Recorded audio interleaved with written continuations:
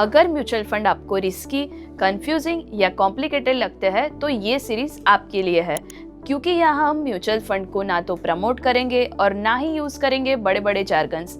हम सिर्फ ये समझेंगे कि लोग इन्वेस्ट क्यों कर रहे हैं, रिस्क कहाँ होता है और सेफ्टी का स्ट्रक्चर एक्चुअली में काम कैसे करता है। तो आज से हम शुरू करते हैं एक simple series, mutual funds for the beginners.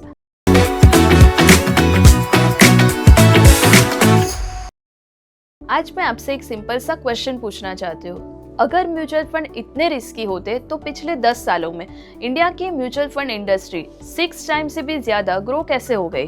2015 में साइज थी 12.95 लाख करोड़ और आज 81.31 lakh crore. So the real question is, इतने लोग इन्वेस्ट क्यों कर रहे हैं और क्या म्यूचुअल फंड सच में सेफ है या बस एक ट्रेंड है। आज से हम शुरू कर रहे हैं एक ऐसी जर्नी जहां म्यूचुअल फंड को समझेंगे सिंपल एग्जांपल्स के साथ। No jargons, no confusion. Stay till the end, क्योंकि एंड तक आते आते म्यूचुअल फंड्स आपको रिस्की नहीं, लॉजिकल लगेंगे।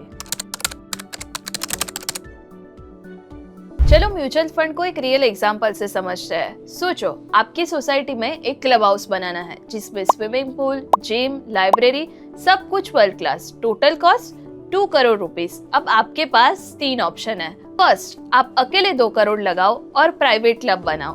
Possible? Yes, but practical? Most of us के लिए नो। सेकेंड, 5-10 अमीर दोस्तों को पकड़ो, पैसे जोड़ो, लेकिन फिर who takes decisions? Trust issues, management problems, ego clashes. Third, society के 200 फैमिलीज मिलकर कंट्रीब्यूट करें। हर फैमिली सिर्फ 1 लाख रुपीस लगाए, क्लब हाउस रेडी, और मैनेजमेंट के लिए हायर कर लो एक professional committee. Simple, affordable and efficient, यही कॉन्सेप्ट है म्यूचुअल फंड का। नाम में ही है म्यूचुअल मतलब मिलकर और फंड मतलब पैसा। जैसे सोसाइटी में फैमिलीज से मिलके क्लब हाउस बनाया, वैसे ही म्यूचुअल फंड में हजारों इन्वेस्टर मिलके एक बड़ा फंड क्रिएट करते हैं। इस फंड को मैनेज करती है एक असेट मैनेजमेंट कंपनी। इनके पास होते हैं एक्सपर्ट फंड मैनेजर्स। ये वो प्रोफेशनल्स हैं जिनके पास सालों का एक्सपीरियंस और एक्सपर्ट फाइनेंशियल नॉलेज है, जो आपके लिए आपके पैसे राइट टूल में इन्वेस्ट करते हैं। इसका सबसे बड़ा फायदा, आपको खुद बैठकर बैलेंस शीट नहीं पढ़नी, डेली मार्केट को मॉनिटर नहीं करना, एक्सपर्ट कर रहे हैं आपके लिए। डायरेक्ट स्टॉक में रिस्क होता है और राइट स्टॉक पिक करने के लिए बहुत नॉलेज और रिसर्च करना जरूरी है, और तब भी शायद आपका डिसीजन गलत हो सकता है। अगर आपको बड़ी कंपनीज के ब्लू चिप स्टॉक में इन्वेस्ट करना हो तो आपको कोई स्टॉक के लिए 1500 से 2000 रुपीज पर शेयर भी पे करना पड़ सकता है। But here you can get the benefit of investing in the same stock through mutual fund, जो आप सिर्फ 500 रुपीज से स्टार्ट कर सकते हैं। और इसमें फंड मैनेजर आपके पैसे को डाइवर्सिफाई करते हैं। वो आपके पैसे एक जगह नहीं बल्कि मल्टीपल सेक्टर्स और कंपनीज में लगाते हैं। That is the real power of mutual funds. Well, ये सब सुन के एक डाउट आता है, एक्सपर्ट को हायर करना तो महंगा होगा ना? सरप्राइजिंगली नो, क्योंकि एक म्यूचुअल फंड में हजारों इन्वेस्टर होते हैं। कॉस्ट सब में डिवाइड हो जाती है। अगर आप 1000 रुपीज का मंथली SIP करते हो तो फंड मैनेजमेंट का चार्ज होता है सिर्फ 10 to 15 रुपीज पर मंथ।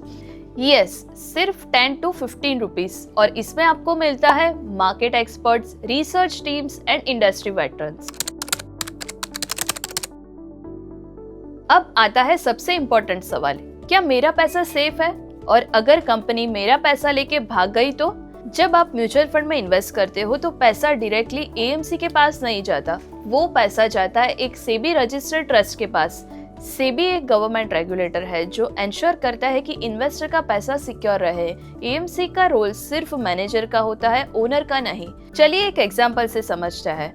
मान लो आपके पास एक प्रॉपर्टी है, प्रॉपर्टी मैनेजर सिर्फ संभालता है, वैसे ही पैसा ट्रस्ट का होता है और AMC सिर्फ प्रोफेशनली मैनेज करती है। और अगर कभी AMC बैंक भी हो जाए तो इन्वेस्टर का पैसा सेफ रहता है। सेबी नई AMC अपॉइंट कर देता है। इसी स्ट्रॉन्ग स्ट्रक्चर की वजह से म्यूचुअल फंड को ग्लोबली भी ट्रस्ट किया जाता है। अगर ये वीडियो आपको हेल्पफुल लगा, लाइक जरूर कीजिए, सब्सक्राइब करें ताकि नेक्स्ट वीडियो मिस ना हो, और कमेंट में बताएं आपका नेक्स्ट क्वेश्चन क्या है म्यूचुअल फंड के बारे में। नेक्स्ट वीडियो में हम बात करेंगे टाइप्स ऑफ म्यूचुअल फंड और कौन सा फंड किसके लिए सही है। So don't miss the next episode.